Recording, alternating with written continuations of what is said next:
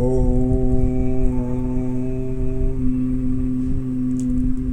परम पूज्य गुरुदेव महाराज की जय। परम पूज्य गुरु माता जी की जय। सभी लोगों की जय, जगत की जय। मेरी माताओं और बहनों, भाइयों, छोटे सभी लोगों को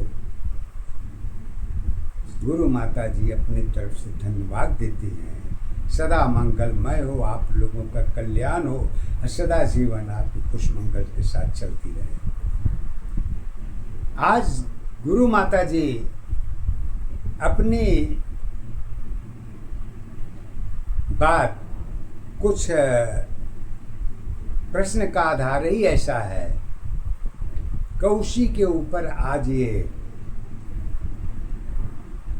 बोल रही हैं। कहती हैं, प्रश्न का आधार था कि जब तुम सुंदर थी तो स्वरूप की दशा क्या होती है। यह प्रश्नकर्ता कामनी बेटी की लाई हुई है। प्रश्न तो इसमें था, तुम जब सुंदर थी तो स्वरूप की क्या दशा होती है। मैं इसी पर हमारी गुरु माता जी आपकी बात को अपने पद के द्वारा बताना चाहती हैं कि जब मैं सुंदर थी तो स्वरूप की दशा क्या होती है। ये बात को गुरु माता जी सत्य के आधार पर अपनी बात को पद के द्वारा इस प्रकार बता रही हैं। जीवन की सत्यता कर्म के आधार पर सत्य में सत्य की पूर्ण अवस्था क्या होती है। जो सुंदरता को लेके इन्होंने प्रश्न का आधार उठाया है कि जब मैं सुंदर थी तो स्वरूप की क्या पहचान है, तो उसी को इन्होंने अपने पद के द्वारा गुरु ज्ञान के आधार पर गुरु माता कहती हैं। लीजिए उनके पद का भाव को जानिए और आगे सुनिए। कहती हैं, रूप तुम्हारी सुंदरता की खुद तेरी पहचान बनी। रूप तुम्हारी सुंदरता की खुद तेरी पहचान बनी। अवस्था तेरी सुंदरता की एक सत्य आधार बनी। आधार अवस्था एक दशा पहचान तुम्हारी एक है। रूप अवस्था सुंदरता की सत्य तुम्हारी एक है। कहती है, सत्य अगर एक है तो कहाँ पर है, ये क्या मैं देख सकती हूँ या नहीं। तो कहती है कि अगर स्वयं की कर्मों की दशा अगर सत्य की अवस्था के साथ जोड़ दी जाए तो वो भी आपको दिखाई तो पड़ेगा, लेकिन आप उसको पकड़ नहीं सकती। पकड़ इसलिए नहीं सकती कि गुण की दशा सत्य की अवस्था कर्मों में पहचान नहीं। गुण की अवस्था सत्य दशा में कर्मों की आधार नहीं। धर्म की आधार में सत्य की क्या पहचान है। सदा तेरी पहचान नहीं है, सत्य की कोई आधार नहीं। आधार अवस्था एक दशा पहचान तुम्हारी एक है। सत्य जीवन की कर्म अवस्था धर्म अवस्था एक है। लेकिन गुरु माता जी कहती हैं, ये सब पहाड़ा तो नहीं है, ये गिनती में ही देखी जा सकती है। लेकिन पहाड़े में अगर आप जाइएगा तो उलझ जाइएगा, पर अगर गिनती को पकड़ के रखे रहेंगे तो ये चीज आपको अपने जीवन की सुंदरता की पहचान गिनती के आधार पर ही देखी जा सकती है, पहाड़े के आधार पर नहीं देखी जा सकती। इसलिए कि सत्य की दशा तो गिनती है, न कि पहाड़ा है। पहाड़ा तो का नाम जो है गिनती की जुड़ी हुई सदस्य के आधार पर देखी जाती है, लेकिन सत्य के आधार पर तो गिनती ही एक मूल आधार है। अब मूल आधार ही आपके जीवन का पहचान है। वो पहचान कहाँ देखी जाती है? सत्य के आधार पर। गुरु माता जी कहती है, जड़ की अवस्था कारण की दशा है, मन की सत्ताधार है। सत्य की अवस्था क्या होगी, पहचान तेरी आधार नहीं। तेरी अवस्था कहाँ पे होगी, कैसे तुम विश्वास करोगी। विश्वास अवस्था जुड़ी दशा, स्वयं की सत्य पहचान है। लोगों की पहचान तुम्हारी, सत्य की कोई आधार नहीं। आधार अवस्था एक दशा, पहचान तुम्हारी एक है। सत्य जीवन की कर्म अवस्था, धर्म अवस्था एक है। कहती हैं सुंदरता जब स्वयं में देखिए तो बहुत कुछ पहाड़े इसके अंदर जुड़ते भी हैं, लेकिन उस पहाड़े को अभी आप पढ़ नहीं पाती, क्योंकि यह अवस्था मेरी पहचान के अंतर्गत में नहीं बनी है। इसलिए पहाड़े से तो मेरा कोई वास्ता नहीं है। और वास्ता तो है केवल अपने मन की दशा पर। अब मन की पहचान तो तब मिलेगी जब पहचान, जन्म की दशा पहचान की अवस्था में देखी जाएगी। मन की पहचान गुरु माता जी कहती हैं, जब स्वयं की सुंदरता, स्वयं की सुंदरता का स्वरूप स्वयं में देखी जाती है तो पहचान की दशा अपने आप में आती है। वो कैसे आती हैं, कहाँ आती हैं, किस रूप में आती हैं, मालूम तो है लेकिन पकड़ में नहीं है। पकड़ में भी है तो आप कब तक बांध के रखेंगी? क्यों से कि बांध के रखने की चीज हो तो चलो बांधी जा सकती है, लेकिन सत्य की दशा में तो बांधी नहीं जा सकती है। तो गुरु माता जी कहती हैं, मन की क्या पहचान तुम्हारी, दशा तेरी आधार नहीं। मन की पहचान तुम्हारी, दशा तेरी आधार नहीं। साथ अवस्था जीवन की पहचान अवस्था एक नहीं। कहने की आधार तुम्हारी स्वयं की सत्य पहचान बनी। गुण की दशा कर्म की अवस्था कहाँ तेरी पहचान बनी। स्वयं की खाना पेट में जाना अलग अलग आधार बनी।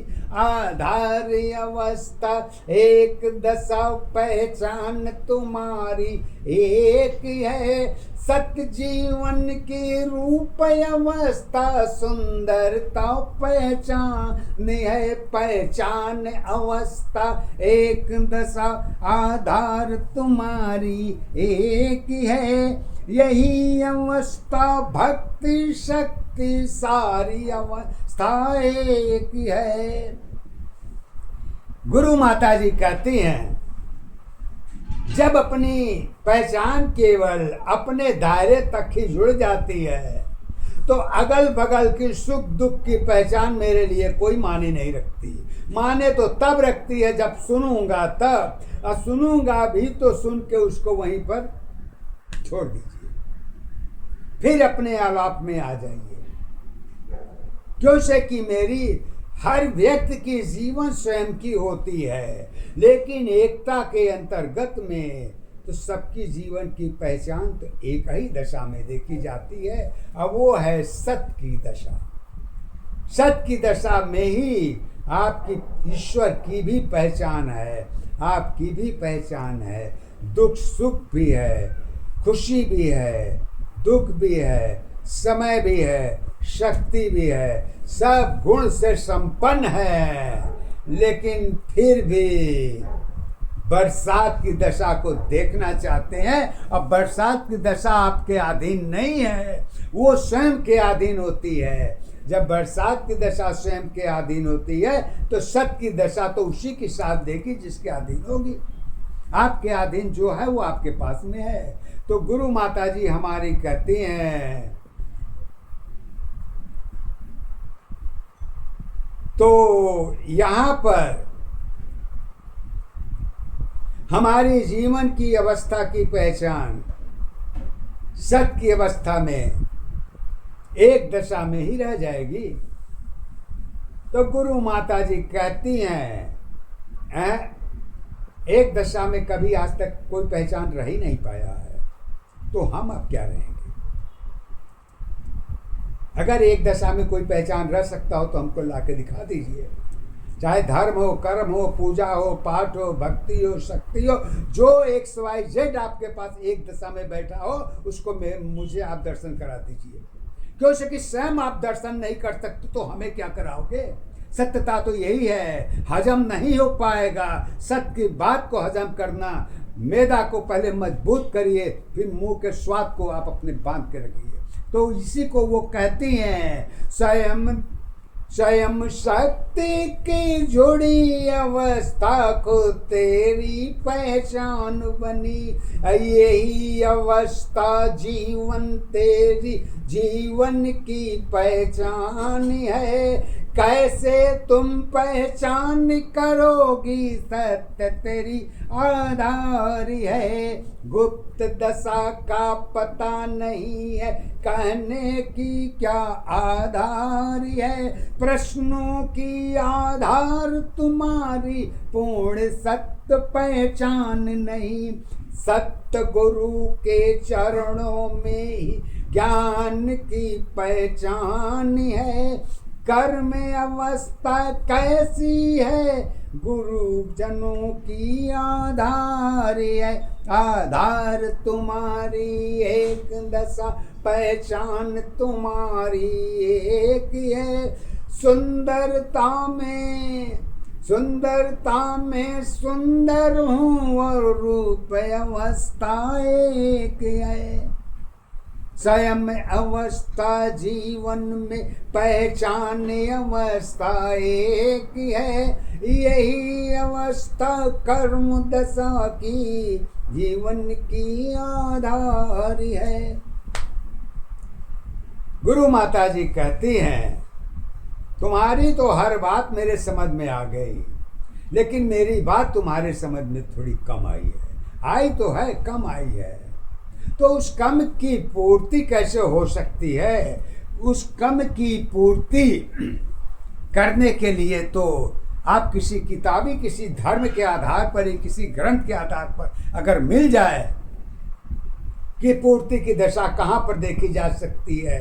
हमको सत्य के आधार पर चाहिए, न कि धर्म के आधार पर चाहिए। धर्म की परिभाषा अपनी हो सकती है, लेकिन सत्य की परिभाषा तो अपनी एक अलग पहचान बनाती है। अब वो पहचान सत्य की क्या हो सकती है। वो कहती हैं, आधार स्वयं बंटवारा की जीवन की सत्य पहचान है। आधार स्वयं बंटवारा की जीवन की पहचान है। अब बंटवारा ही कर्म दशा है, सत्य तेरी पहचान है। पहचान तुम्हारी स्वयं की है, दशा तुम्हारी एक है।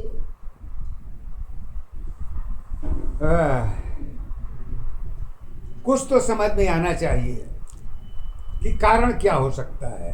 कारण हमारा आपका नहीं है, जिसके साथ हम जुड़े हैं उसका कारण है, और उसी कारण को लेके हम भी उसी में सत्य की दशा में डुबकी लगा रहे हैं कि यही हमारा सब कुछ है। यही में हमारे माता पिता हैं, गुरुजन हैं, भाई है, बंधु हैं, रिश्ते हैं, नाते हैं, प्रेम है, दया है, भक्ति है, शक्ति, सब कुछ इसी कुंड में भरा हुआ है। और कुंड के ऊपर की क्या पहचान है हमको नहीं मालूम, लेकिन नीचे की पहचान में तो बस मैं यही देख रहा हूँ। तो गुरु माता जी कहते हैं कि नीचे की पहचान तो आप देखते रहिए, तो क्यों ऊपर की पहचान के लिए तर्क को जोड़ के असत बेअसत की पहाड़ा पड़ रहे हैं? आप जहां पर हैं वहीं पर रह कुछ को क्यों नहीं देखते? क्या दिक्कत है आपकी? लेकिन नहीं, अभी तो हमने दाल रोटी खाया है, इसके आगे हमको पकवान भी खाना है। तो जब भाई पकवान खाना है तो पकवान की बात पकवान के पास जाके करो, दाल रोटी को क्यों परेशान कर रहे? लेकिन नहीं, मानव की दशा कभी मन की अवस्था पर ही देखी जाती है, और मन की दशा सदा परिवर्तनशील दशा के आधार पर होती है। कहती हैं कहाँ होती है, कैसे होती है, किस रूप में होती है? तो गुरु माता जी एक ही शब्द में एक ही पहाड़ा को 100 गिनती को 100 बार पढ़ाने की कोशिश करती हैं, लेकिन आप पग पग पर अपने प्रश्नों में ही उलझ जाती हैं। तो थोड़ा सुलझने की भी कोशिश करिए। यह आपकी अपनी ऊर्जा शक्ति है। आप अगर अपनी ऊर्जा शक्ति को पहचान लेंगी तो सामने वाले की भी शक्ति को जानने की कोशिश करेंगी। अब वो कैसे है?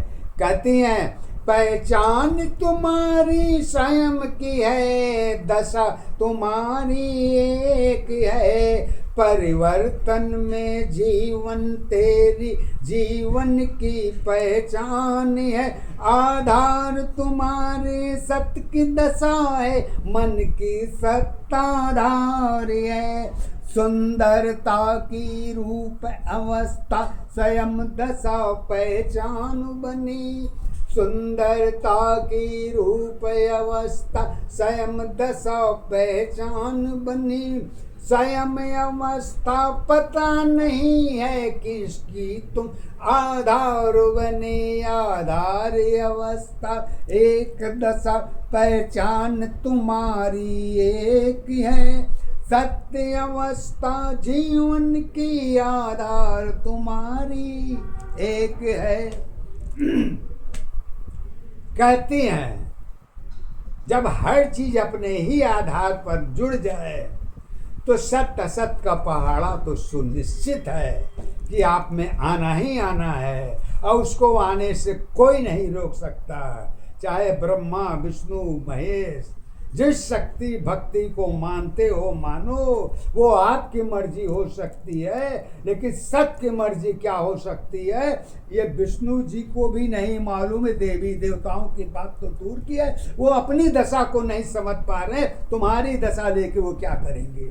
उन्होंने तो अपनी पहचान तो तुम्हारे हवाले कर दिया है। मैं तो सब कुछ तुम्हें दे दिया हूं, मेरे पास क्या खाक रखा है कि मैं तुम्हें दूं?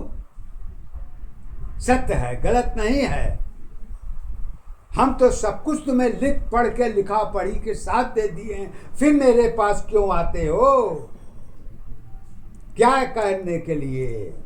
तो गुरु माता जी हमारी कहती हैं एक ही आधार पर कि जिसके पास गए हो उसी को तुम अपना बना लो। माई बाप सब कुछ वही तुम्हारा है, मेरे से केवल दूरी हो चुकी है, हो जाने दो, वो तुम्हारी चिंता नहीं है। तुम्हारी चिंता जिसके साथ है उसके साथ तुम जुड़े रहो, यही तुम्हारी पहचान है, और तुम्हारे पास कुछ नहीं है। अगर तुम उसको नहीं पहचान पाए तो तुम मुझे छोड़ दो, तुम मुझे नहीं पहचान पाओगे। क्यों से कि सत्य की पहचान इतना आसान नहीं है कि पहाड़ा को हम गिनती तो याद नहीं कर पा रहे हैं, पहाड़ा कहाँ से पढ़ेंगे? पहाड़ा में तो बहुत गुणा भाग जोड़ घटाना है, कहाँ तक जाओगे प्यारे? इसलिए गुरु माता जी हमारी एक ही शब्द में कहती हैं जगत अवस्था जुड़ी दशा पहचान तुम्हारी एक है, अब बाहरी दशा पहचान तुम्हारी दोनों की पहचान है, पहचान अवस्था एक दशा आधार तुम्हारी एक है, आत्मा मन की जुड़ी अवस्था सत्य तुम्हारी एक है। सत्य की आधारी अवस्था शक्ति की पहचान है। आत्मा मन की जुड़ी अवस्था मानव जीवन एक है। कर्म दशा आधार तुम्हारी सत्य अवस्था एक है।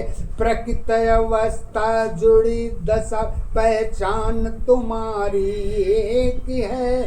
खुद की अवस्था स्वयं दशा की सुंदरता आधार है।